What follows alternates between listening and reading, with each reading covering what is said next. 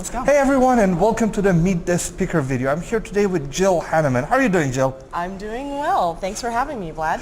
My pleasure. Before we start, can you do a quick introduction? Where are you from? What do you currently do with SharePoint? Sure, absolutely. Well, so I work for a company called Withum Digital, and I live in Seattle, but my team is primarily on the East Coast out of Washington, DC and New Jersey, and I am a principal for advisory services with Withum Digital. And what does that mean? Advisory services, right? Loaded. So I work with our customers and I help them with their Office 365 strategy.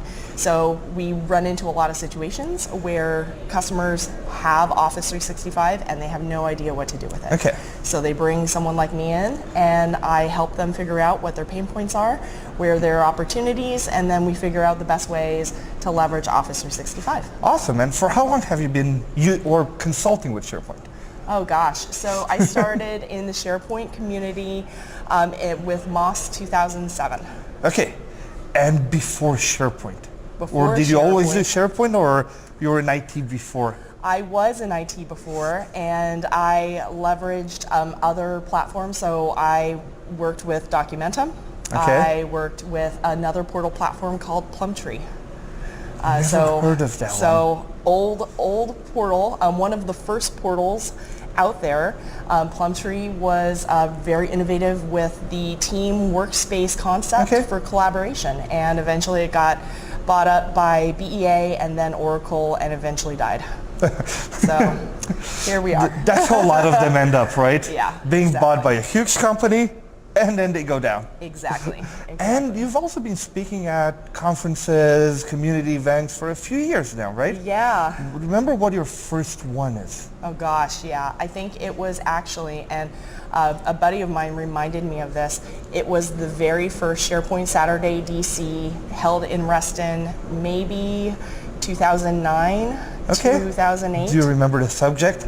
Oh goodness, I don't think I remember what I spoke on. No? No, I don't remember at all. It probably had something to do with metadata and building taxonomy, leveraging MOS 2007 columns Back for metadata. in the good old SharePoint Designer is new, and SharePoint Designer let me show you info path days. And exactly. Wow. Exactly. And 12 years later, what keeps you excited about working with SharePoint? Oh my goodness. Well, I love the education piece of what we do, and I get really excited about knowledge management opportunities in Office 365, in Microsoft 365, and SharePoint in general.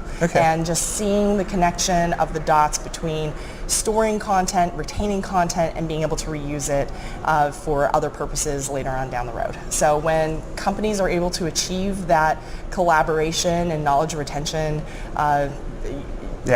goal, then I mean, it's really exciting. That's the part where you're satisfied, when you're like, I did my job and people are using it. Exactly. And have you ever attended any SharePoint conferences?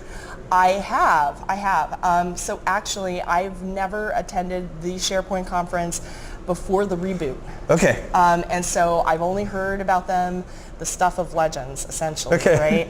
But my first SharePoint conference was actually last year. Okay, awesome. Yeah. And you're speaking this year. I am. Are you excited about it? I'm so excited. I'm so excited to have been selected. It's a really huge honor to be amongst the other speakers in this pool, because this is the conference. This is the conference that everyone attends to learn what's new, what's coming, and how do we leverage this, and how do we take advantage of what we have. So, and how do we learn from other people's mistakes too. So, yeah. For sure. And quick trick question.